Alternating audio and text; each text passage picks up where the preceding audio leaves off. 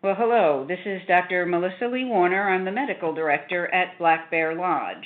I come to you as a long-time addiction medicine specialist with lots of experience also in pain management. We're going to be discussing DIY, do-it-yourself pain management today. And in fact, from an alliteration standpoint, I said top 10 tools. I think there are probably at least 10 that we'll touch on today. There might be more, and so that could just be the bonus. So this webinar is sponsored by Foundations Recovery Network. For questions and answers, you can submit a question on the bottom left of your screen at any point during the presentation. All questions will be answered during the last 10 minutes of the program. You can also find a PDF of the presentation and additional resources under the headshot image located on the left of your screen. There will also be additional slides here that you may or may not find helpful that we will not be going over today. If you need help during the webinar, please email Melissa Pangaro at M as in Mary, P-A-N as in Nancy, G-A-R-O at N as in Nancy, A, C, C, M as in Mary, E.com. And additional information for NADAC credit. To receive credit, you must watch the program all the way through to the Q&A section at the end of the presentation. Do not leave the console. Please continue to stay on the platform and you will be automatically redirected to an evaluation landing page. If this is your first time attending a webinar in 2019, you will need to create a NACCME account wherein you are first directed to the landing page. For all subsequent webinars you attend, you will already have an account and will just need to log in. After completion of the evaluation, you will be able to download or print your certificate. NADAC credit is only offered for the live broadcast. So today we are going to talk about pain, and this is a definition of pain that we see a lot in medicine, describing it as an unpleasant sensory and emotional experience that is associated with the potential or actual injury of tissue. Part of what I want to highlight, and we'll be discussing a bit more, is the fact that there is an emotional aspect to the experience, and that this is a part that can be affected by a variety of modalities, although some of the tools that we'll talk about today will be more sensory related as well. So we look at two kinds of pain generally. One is acute pain, which we consider to be self-limited, and complete resolution is expected.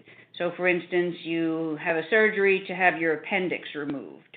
In this case, treatment may be directed toward the source of the pain, although generally it's often of a more generalized nature. So you might get postoperative pain medication for that surgery, which isn't specifically directed at the injury site of the surgical procedure in particular. One thing that the surgeon might do, however, is a treatment for what we call incisional pain, which can be quite uncomfortable, is that there's a long-acting medicine that's like the lidocaine that you would get at your dentist's office, and it's called Marcaine. So the surgeon could inject Marcaine into the area of the incision, and that will allow 12 plus hours of numbing anesthesia in the area, and so relieve that aspect of a pain syndrome that relates to a surgical procedure. Typically, the kind of things that we're going to be talking about today, though, are related to chronic pain. Chronic pain can be from any number of different sources. The pathology, the reason for the pain may or may not be known, but what is known is that there is not expected to be a resolution or an end to the pain experience. And so what we're looking to do in chronic pain is to perhaps increase function, increase the length of time that someone may be able to do something, or increase the number of things someone may be able to do that pain has been affecting. But the idea with the treatment of chronic pain is really not ever that the pain will go away. And this is a long-term management where a multitude of factors are part of the course of treatment, and that is part of what we're going to be talking about today. We have 9 different categories to look at of the sort of things we look to address with chronic pain. So we also divide pain itself into 2 categories. One we call nociceptive pain. That's the kind of pain that is specifically related to that tissue injury. So for instance, if you get your hand too close to a flame, that's nociceptive pain, that burning that you will feel. Neuropathic pain, by its definition, is a kind of pain that is not necessarily functional. In other words, if you had had a severe burn of your hand, and even after the burn had healed, you continued to have burning sensations or tingling sensations or other sensory experience in that area, that's what we would call neuropathic pain. It no longer has that protective value that we talked about in the initial definition, and can also be quite disturbing depending on the intensity and what it interferes with. So just a quick trip through the process of pain from a physical or mechanical standpoint, and I have a picture next to illustrate this a little bit. We have sensory receptors, pressure receptors, burn receptors, sharp receptors. Those are the kinds of things that are out all over the body, in the skin, in the internal organs. One of the ways I used the sensory receptor experience recently is that I had something like poison ivy on my arm, which was an incredibly crazy, itchy area of my skin. And I knew that when I was in the shower, if I ran the shower very hot, what would happen is the itch receptors would be overcome by the heat receptors. And so I would do that and get relief for a period. I would be unable to experience itching because the heat receptors had been activated. And sometimes this way of using different receptors is something that can be helpful. For instance, if you've had a good nurse give you an injection, and once the injection is over, you find that she's actually pressing very firmly on the area where you had that shot, what the nurse is doing is bringing into play the pressure receptors and minimizing some of the sharper receptors that were related to the injection. But regardless, what happens is that signal of pain goes along a series of nerves that ultimately come into the spinal cord. Now, some of the things that can happen there is, if we go back to our hand getting too close to a flame, can be protective. In other words, you will probably move your limb away from the burn area or the hot area faster than your brain can actually think about it. Other things that will happen to manage the painful situation or the acute potential injury include that your heart rate will go up, your blood pressure will go up, your breathing will go up, in case you need to do more, for instance, than simply have your hand draw away, if you have to run away or do something else more significant. So once they get to the spinal cord and some of these actions happen, the rest of the sensation of the pain goes up to the brain, and this is where you actually, for the first time, feel it, so to speak, that it becomes a conscious experience. And so also to note that you can have signals and you can have pain independently. Probably one of the simple examples of that is something that many people are familiar with, phantom pain, for instance, where there are no longer necessarily nociceptive signals, but the brain is sending signals of pain in an area that doesn't exist anymore because it's been amputated, for instance. So we really come down to the brain as one of the most significant aspects of the pain experience. So primarily what we'll focus on again is that there now is interpretation related to the pain. Also, there are factors that we'll talk about in a moment that come back down from the brain through the spinal cord to affect the signals of the pain and its source as well. So here in this slide, if you look at the hand and the jaw, you'll see examples of both the nociceptive, the necessary pain, for instance, in the fingers, and then how it travels. You see the little orange glow, and then that travels back to the spinal cord and then up to the brain, as we referred to. The glow in the temporomandibular joint is an area of the neuropathic kind of pain, where now that area of the skeleton and nervous system is sending out painful signals that aren't really helpful to the body, and they also come into the spinal cord and are experienced in the brain. So again, we talk about the fact that pain is a perception and not solely a sensation.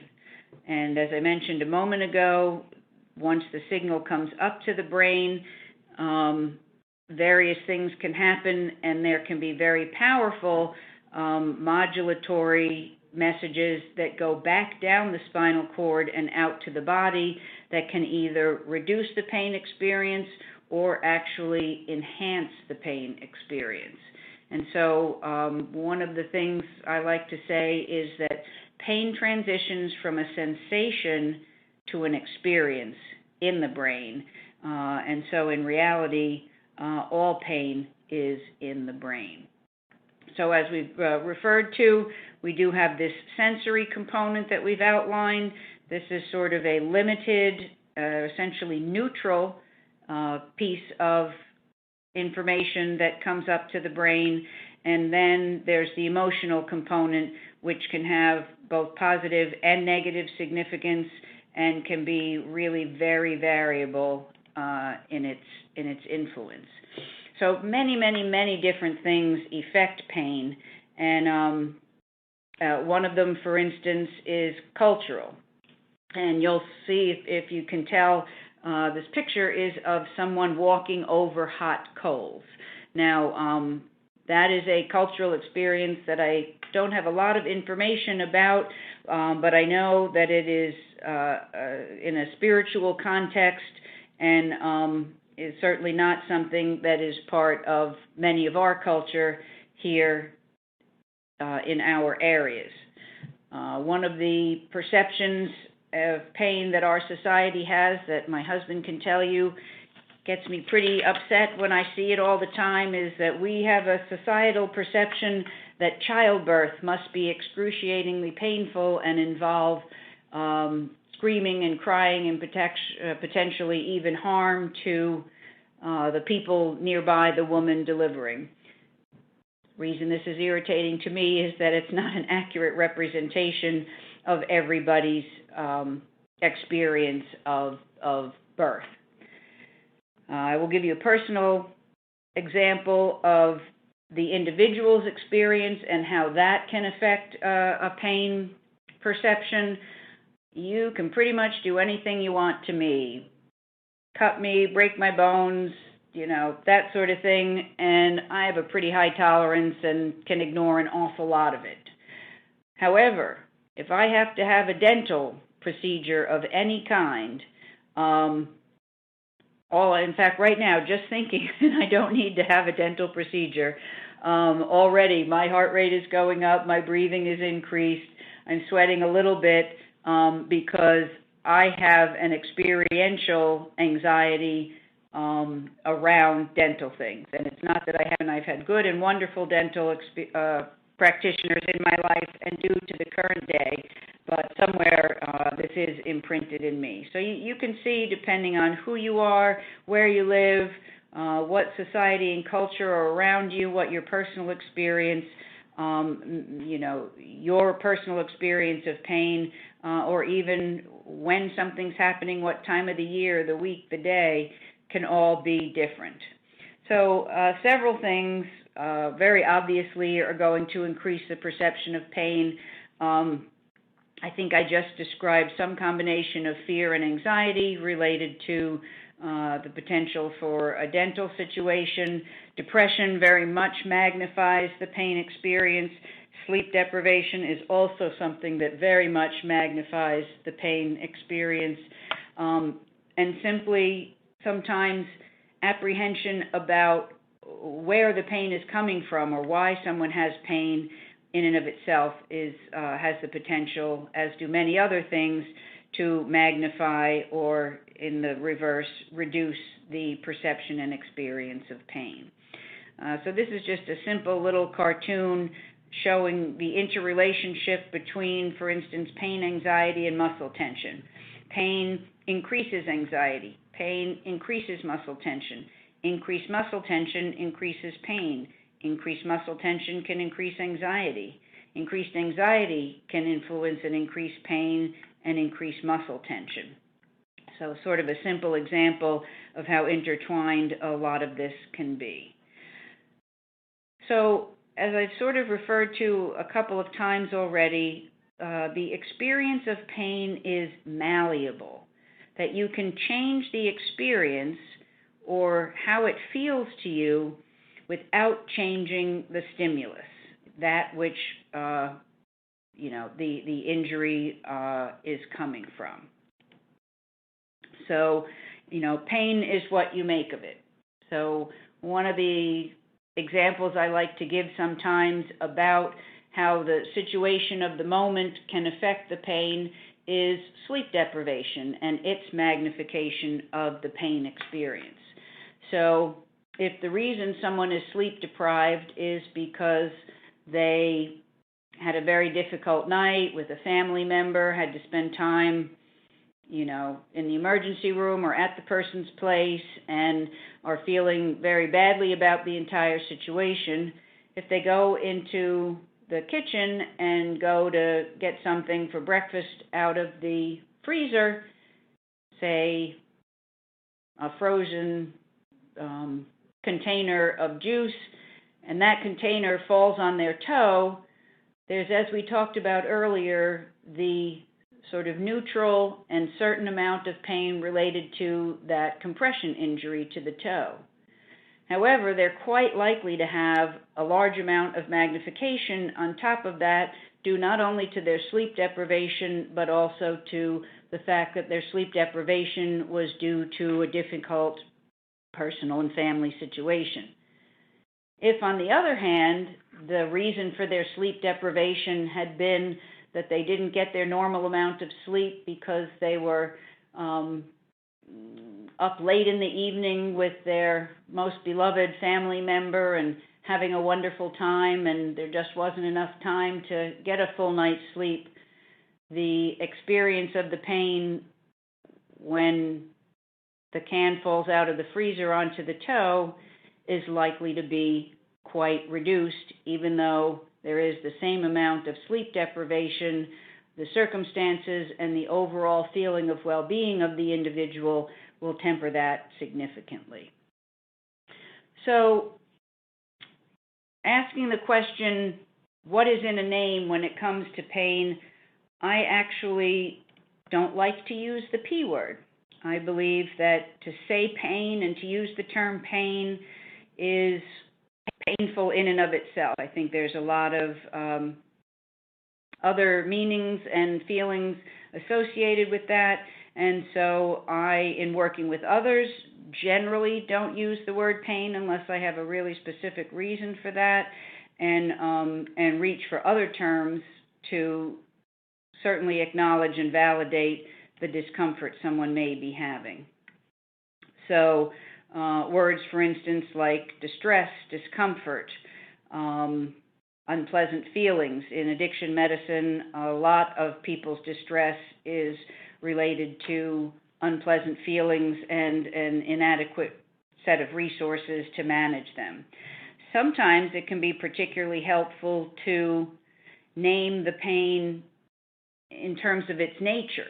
So, for instance, is it pressure? Is it tension? Is it tightness? These are words that, again, take some of the sting out of the discussion, but also can sometimes help to clarify what sort of solutions might make sense as we look into pain management. So, as I believe the Buddha said, pain is inevitable, suffering is optional. And so really what we look to manage from an experiential standpoint is the suffering, and with various supports for the individual emotionally and otherwise. The other piece is that pain is part of a healthy process. For instance, we discussed earlier how pain is generally developed in the body as a source of protection. One of the things we were just talking about recently was depression, for instance, in the context of grieving.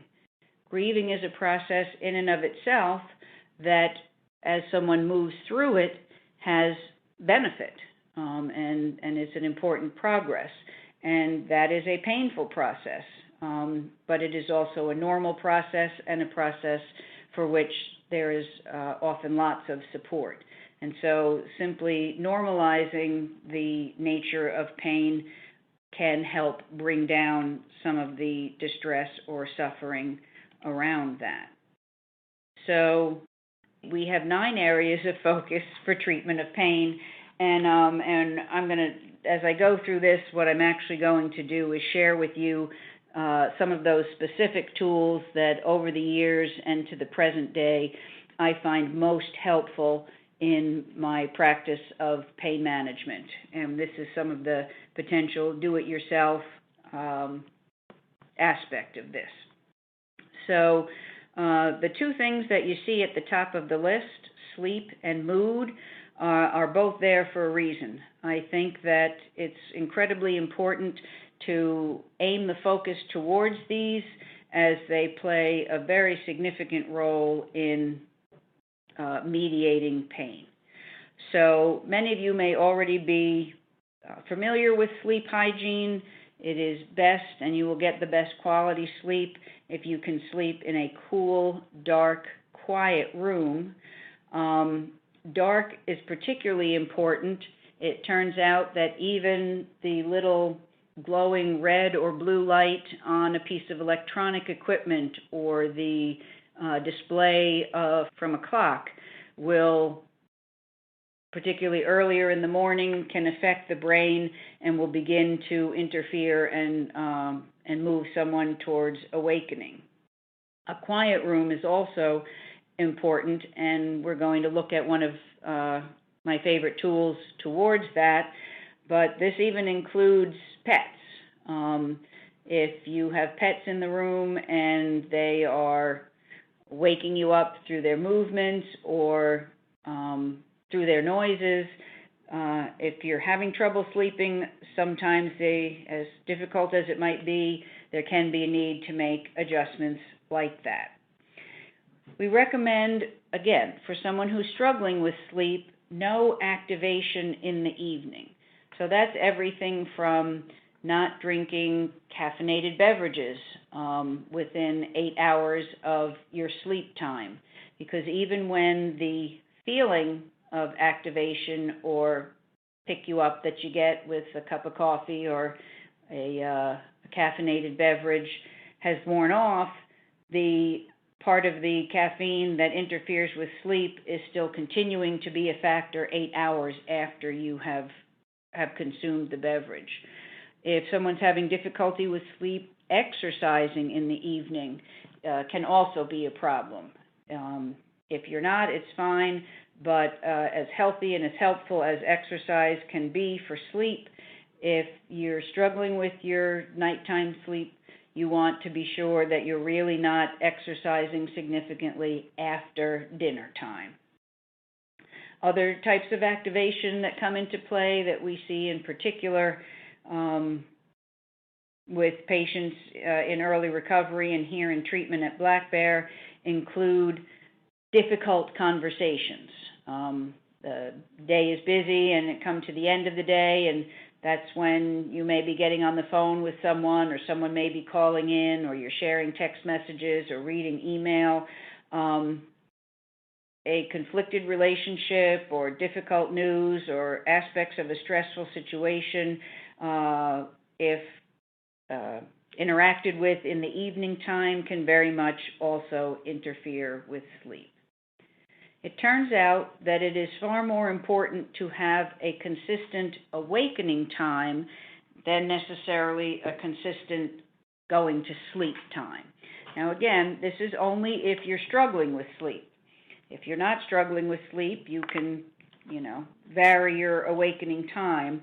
But for someone who's having significant trouble with sleep, regardless of whether or not they have to awaken at a certain time, for instance, to get to work or school, it is recommended to have a consistent wake time, and that you sometimes even move that backwards. So say you were working with a 6:45 sleep time and still struggling, you might move that back to a 6:30 sleep time for a period and kind of keep moving it back a little. That's a bit complex, but it's a little bit of an example of how we work with that. And as I mentioned earlier, exercise is incredibly helpful for sleep. It has its own sleep benefits. It has anti-anxiety benefits. It has anti-pain benefits. I'm trying to remember. I think I was just somewhere, and there was a quote about the fact that exercise is the miracle medicine, so to speak. And I can certainly endorse that, although so are some other things like meditation, for instance. So here we have a very favorite item that is a Tempur-Pedic or similar material sleep mask. And, if you look closely, you can see you can't see that it's soft, but it is very, very soft. It is very, very gentle. It has lots of room to sit on your forehead, but not press specifically against your eyeballs, but then to come underneath the eyes onto the cheeks. It is incredibly effective at really blacking out any light at all, and it adjusts at the back of the head with the Velcro that you can see in the picture. And so any sort of a sleep mask can be beneficial, but I have not found any that are anywhere near as comfortable or as effective for blocking all light out, even if it happened to be the middle of the day, as this particular type of a mask.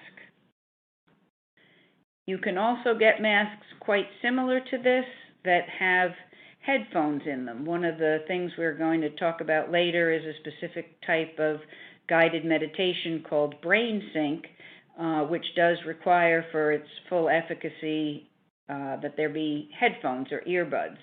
And so there are some eye masks similar to this that will have the earphones sort of right in the part of the mask that comes around the side of your head. Another thing you can do with this or any other eye mask is use the essential oil lavender. Lavender is well established to be not simply a calming scent and oil, but also to specifically offer sleep benefit. So with the mask that we just looked at, or with any other sleep mask, you can simply put a drop or two of the lavender oil onto the fabric, and this will, as an essential oil, pervade the area where you're sleeping and where you're breathing and where you can experience its benefit. So the third tool for DIY pain management, specifically in the sleep arena, these are silicone earplugs.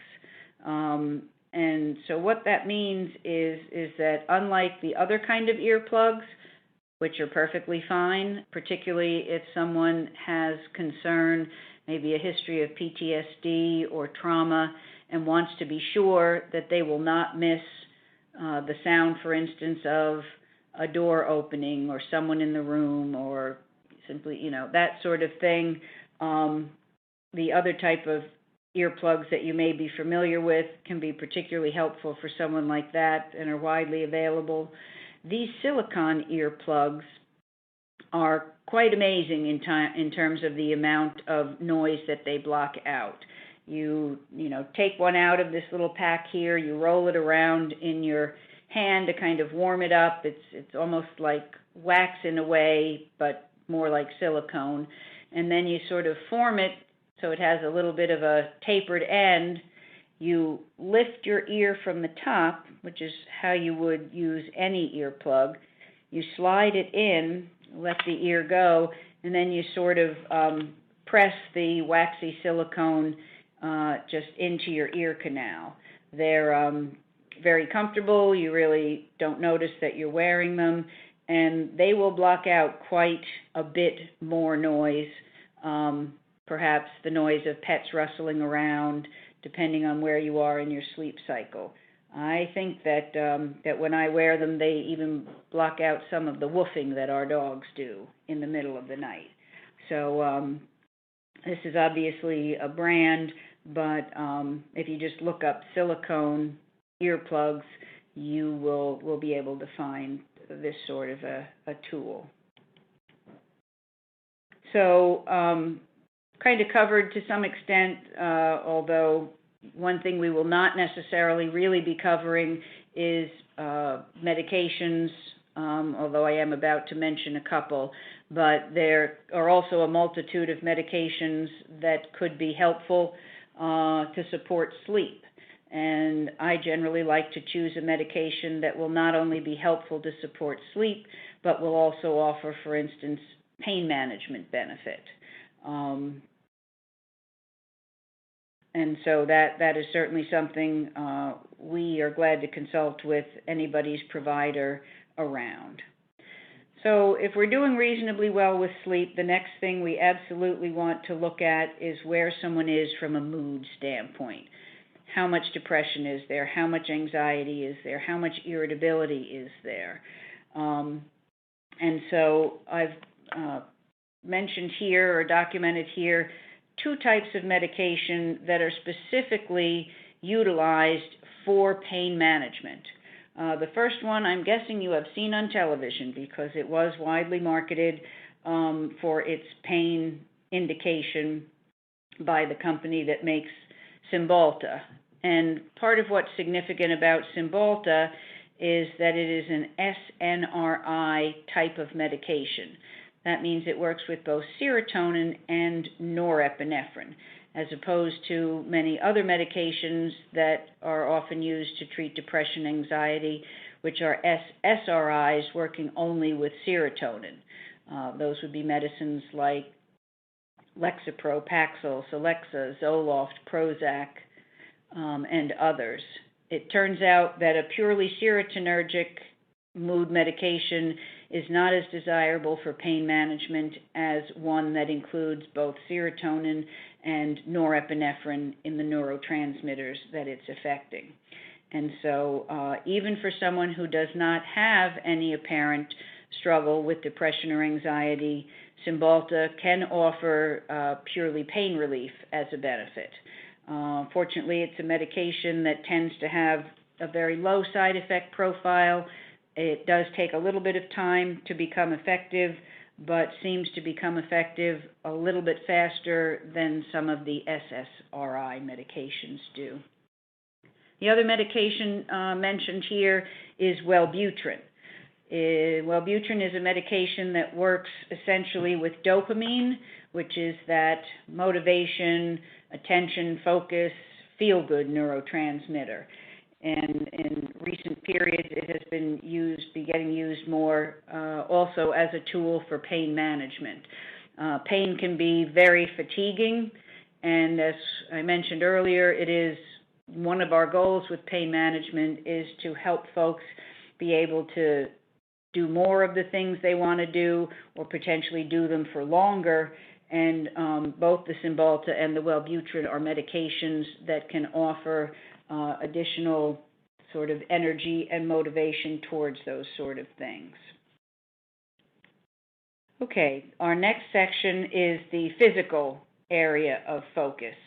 And acupuncture, I think folks are generally familiar with, is an Eastern modality that utilizes certain energy areas of the body to allow relief. We know that it can literally affect the body's endorphin system as we've studied that. Thermal modalities, both heat and ice, as well as in perhaps your physical therapist's office, things like ultrasound or diathermy can make a very, very significant difference when it comes to pain management. And this is one of the third areas that I think there can be a big difference. On the screen here is an ice bag. You can see in the lower picture that's on her shoulder, it has a little cap. You open the cap, you fill it with ice, and it's really quite impressive. It lasts much, much, much, much longer than any of those little packs that you break open and they become cold for a while. It doesn't leak, which even the wonderful bag of peas you may have heard to use from your very own freezer will eventually leak as you take it in and out and freeze it and unfreeze it. Eventually, as the ice melts completely, you empty it out, pour out the water, and can refill with ice. You can see in the picture here, this is very malleable and can fit in a number of different areas of the body, and you don't even necessarily need to hold it in place. Often you can sit it where you need it, and then it will stay if you're not moving around too much necessarily, or tuck it in under a shirt or something like that. The other thing about ice cubes, which are being used here, is they're relatively widely available. If you're visiting at a friend's, if you're flying on an airplane, if you're in a restaurant, if you're at a hotel, it's pretty easy to get ice. And when there's no ice in it, these are very light because they're just fabric and plastic and do not take much space at all. There's also an incidental additional benefit that they bring, which is that as much as they will cool your body, if you happen to have one with you and you're out for a meal and want to take home leftovers but need them to stay cool for a period of time, these really do stay quite cold and can offer that benefit as well. So it can even be a travel cooler for your foods or beverages. This is a brand of ice and heat tool that we use quite a lot here at Black Bear. This is one specifically for the knee. And what it has is there are two ice packs. As you can see here, the two ice packs, which are sliding into the little pouch that they go into. And so one ice pack is on the front of your knee and the other ice pack is on the back of your knee. These are also packs that can be warmed in the microwave if you need a heat situation. Typically, heat is for longer term, potentially more chronic, muscular kinds of pain and discomfort, whereas ice is for either acute injury to reduce inflammation, to provide analgesia or numbing, and to bring healing blood flow into the area. So you may need to consult with a practitioner about whether your pain is warranting ice or heat therapy. One of the things that is wonderful about these, besides the fact that they sit right on the particular area of discomfort. We have them for the knee, for the ankle, for the wrist. Don't know whether there's one for the elbow, definitely one for the shoulder. And you can still go about your business, and it Velcros together and it stays right there, and it also offers some compression benefit as well.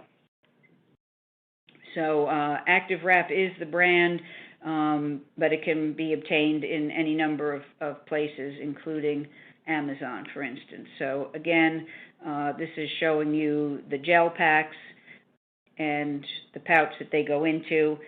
And I'm not positive if I just mentioned it, but the ice also, the cooling of these packs lasts for a very, very, very long time.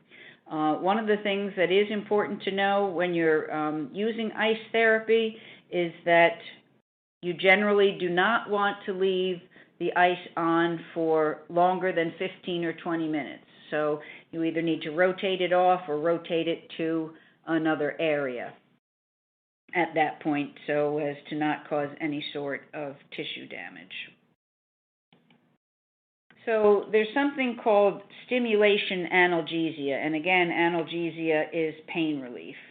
You may well have heard of a TENS unit. These are typically to work at the level of where the nerve roots go in and are part of the spinal column, and often are prescribed for pain management. One of our favorite things is something called e-stim. And this is something that you can generally find at a physical therapy office or at many chiropractors' offices. This is for generally pain sources in a variety of places on the body. It involves little patches, like the patches someone might have for an EKG. And the patches are placed in the area of inflammation and spasm and discomfort, and it's a computer runs a program that essentially puts energy, electricity, into the pads, and the way that electricity is pulsed and the timing of it will allow for everything from local relief of discomfort to affecting helpful neurotransmitters like serotonin or dopamine in the body. E-stim is particularly helpful for one of those acute injuries, perhaps a weekend warrior playing a sport that they're not regularly playing and pulls a muscle or tweaks something.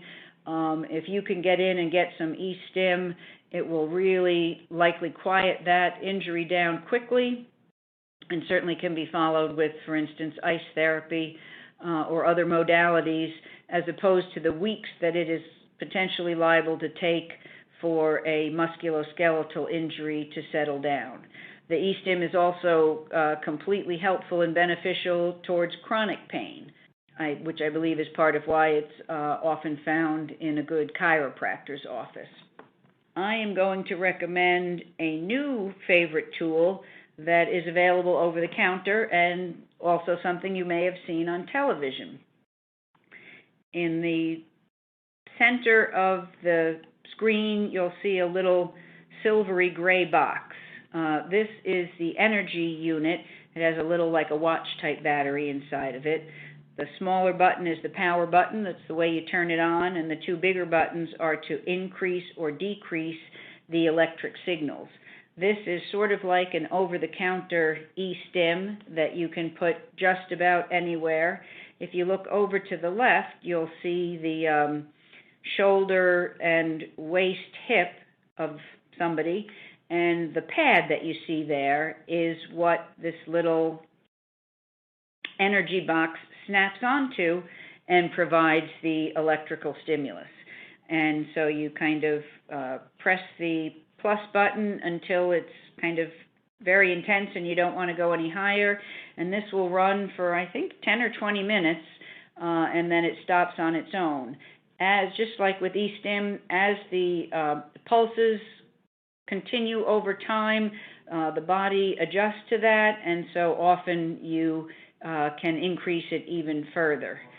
And the pads last a really long time. You can put them in different places, and the little energy pack you can just replace with a new battery whenever you need. So these are really, really quite wonderful and can often offer some pretty amazing relief. Thank you to Icy Hot for that. And you can really find them anywhere on the internet, in the drugstore, probably in the grocery store, very widely available. So next section, it has to do with orthotics. That's things like splints, braces, inserts, those kind of things that either immobilize or hold an injured part in a certain position, or, for instance, if you have a leg length discrepancy or you tend to roll your ankles or feet a certain way, these kind of things that can help with discomfort that comes from that. Another one of our very, very favorite and well-appreciated tools in this arena is what's called the McKenzie lumbar roll. This orthotic, this lumbar roll, is designed or was designed by a Canadian physical therapist. And so I'm not sure how well you can see it, but it is written on the other slide. It is spelled McKenzi for McKenzie. And essentially what this is specifically designed roll of a certain diameter and a specific density that when you place it as you're seated in the lumbar aspect of your spine will hold your entire spine from literally the top of your head and your chin down to your sacrum in the right mechanical physiologic position when you're seated in a chair. It is important that it be the kind of chair where you can get your bottom all the way to the back part of the chair, but the spine is really sort of the axial aspect of all the muscles and bones and tendons and ligaments for the vast majority of the body, which are often sources of discomfort. And so regardless of whether you have sciatica going down your leg from troubles in your lumbar or sacral area, whether your symptoms are shoulder spasm coming from your thoracic and cervical area, putting this roll in the curved part of your back, the lumbar part of your back, while seated in a chair can often offer comfort right away, and at a minimum will prevent your spine, at least while you're seated, which is not the best position for spines, from moving into other compromising positions. It will hold you mechanically in the right physiologic position. That's the McKenzie lumbar roll. Typically costs should get it for about $20 on the internet. So I have mentioned a couple of times a favorite modality of ours here at Black Bear. We primarily use physical therapy. I've worked in other places where chiropractic offers a variety of benefits as well, often similar to that which physical therapy offers. And this is in the area of manual therapies. Whether that's massage, we have an incredible massage therapist who helps us out here, whether it's manipulation, where in the physical therapy they tend to do micro manipulation, a chiropractor does some higher velocity macro manipulation, stretch, myofascial release, dry needling, those sort of things that will get right at areas of spasm, areas of inflammation, areas of a variety of discomfort, and move them along the way towards healing. So again, it isn't taking weeks before someone can move into significant relief. We have topical treatments as well. There's a patch that's by prescription that is a lidocaine patch, a lidoderm patch. This is still not well covered by insurance, and so it may be more or less expensive, but can be an incredibly helpful topical treatment. It's a patch. You can cut it to whatever size you want, and then you place it for 12 hours, no longer than 12 hours, wherever your discomfort is. But lidocaine itself, sometimes in combination with other things, is also widely available over the counter as an option. There are other topicals such as arnica, which are healing to all the connective tissue and muscles. Capsaicin is an interesting topical. It works sort of in the way that, as we described, using pressure when there's a sharp pain. So what capsaicin does is it's the hot stuff from peppers, okay? And there's a substance P, which is part of the pain system of the body. And what the capsaicin does, so it's a cream you would put on, say maybe if you had arthritis in your hands or something like that. And you do actually need to put it on 3 or 4 times a day for it to be effective. It's not a kind of cream that you would just put on like lidocaine or lidoderm or menthol just to feel better in the moment.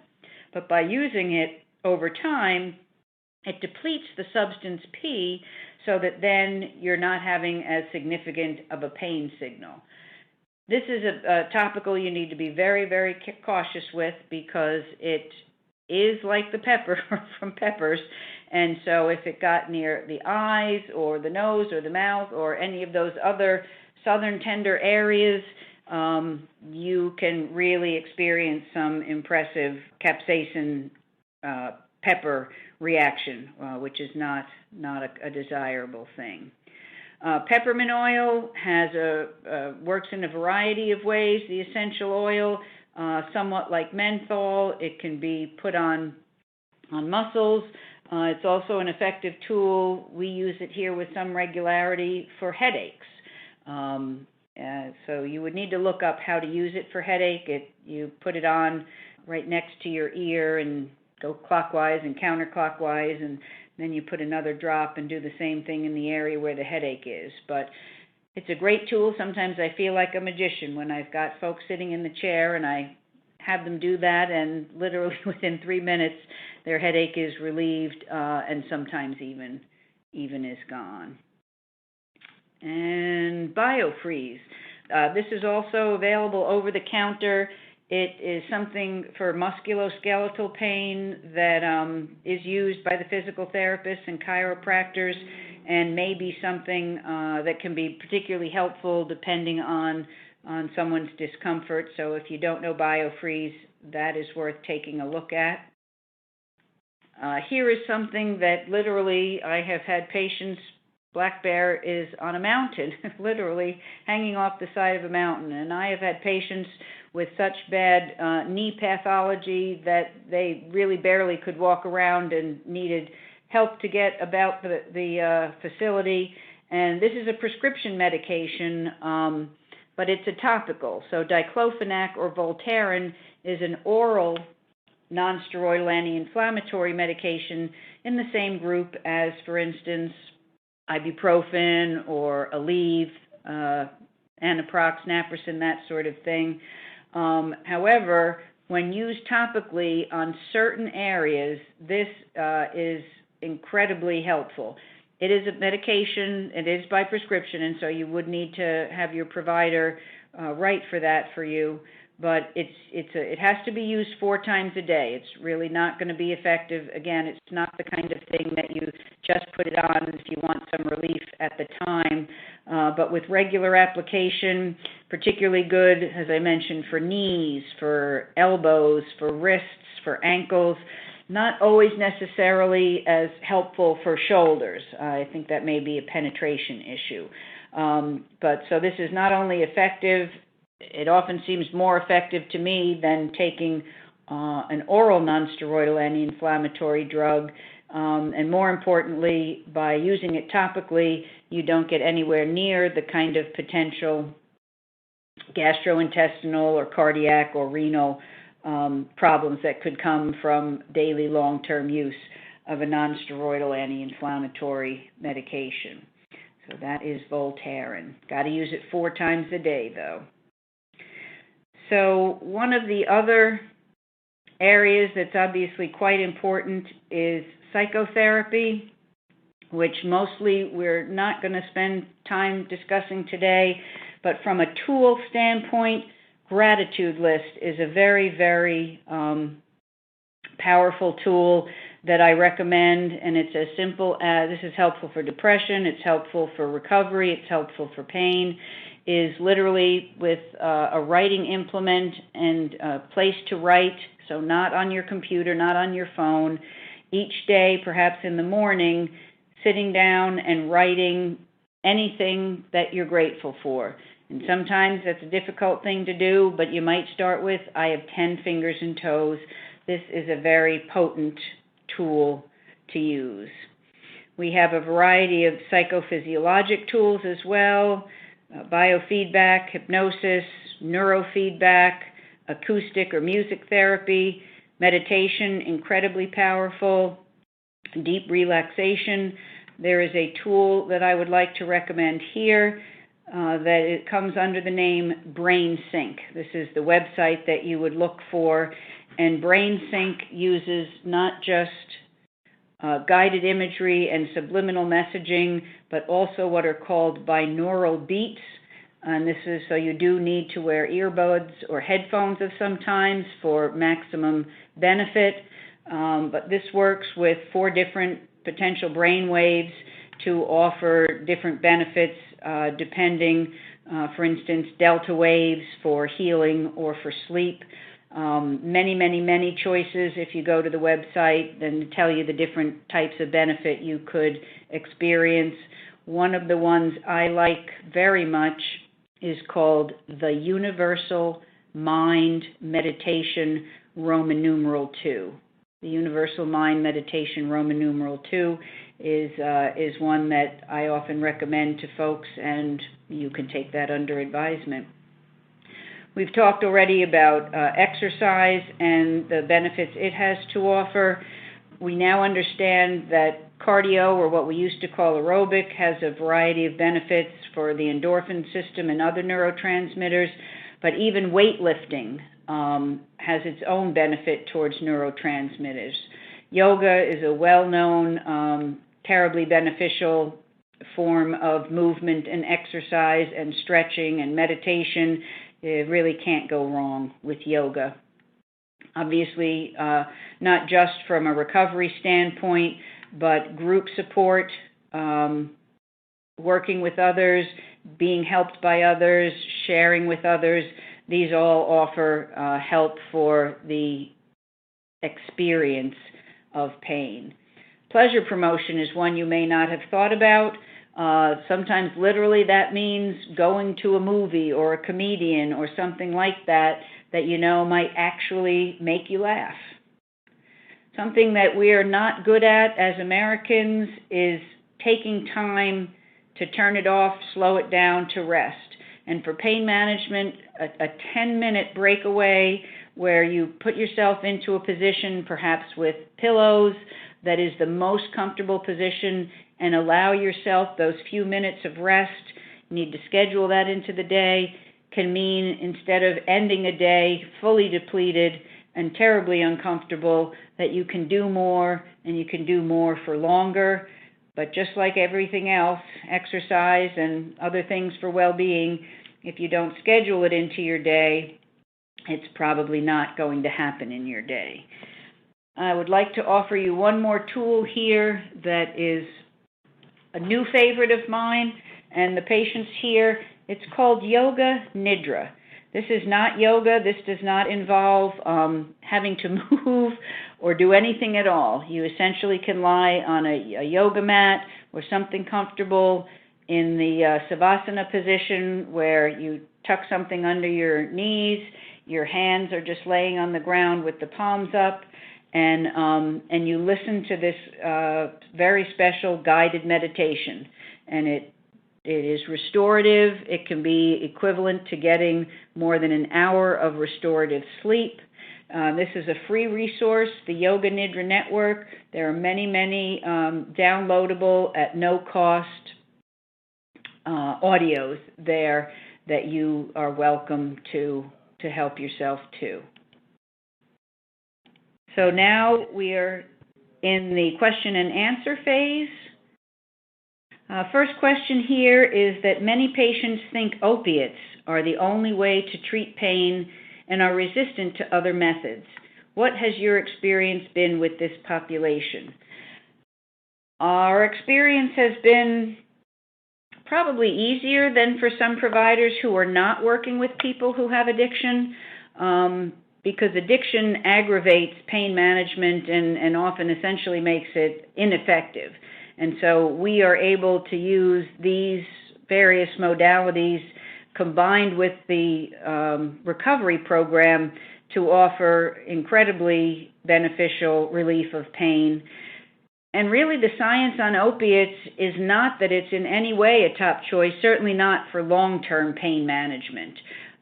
It can make the experience of pain worse with hyperalgesia and really interfere. So as you saw, there were many modalities that can be individualized. We really didn't even get into medications or a lot of the specifics. So to me, it's sort of endless, the ways we can approach pain management in a sober fashion. Second question is, how do we suggest that clinicians and therapists approach pain management in the outpatient setting? I feel like to some extent we touched on that. We want to optimize sleep and mood before moving into any of the other more specific treatments or at the same time. But those are two areas that you can have some of the greatest impact with.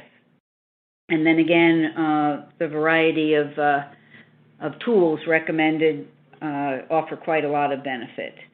And we're going to take this as the last question. What are the main differences in working with young adult clients and older clients?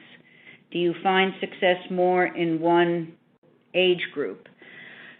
Actually, what impresses me the most at this point is, and this wasn't so true 20 years ago or 30 years ago, is how many patients we're seeing who are very young and having chronic painful conditions, whether it's from motor vehicle or other accidents that they've had, whether it's from sports that they've been involved in, biking, skateboarding, a variety of things like that. So I have not found a difference in age as a factor, and again have found that these are some really helpful modalities, and therefore offer them to you and encourage your use and appreciation of them. And again, always glad to hear from folks. I'm not so good in email, so it's probably better to call me. It's been my pleasure. Dr. Melissa Lee Warner from Black Bear Lodge.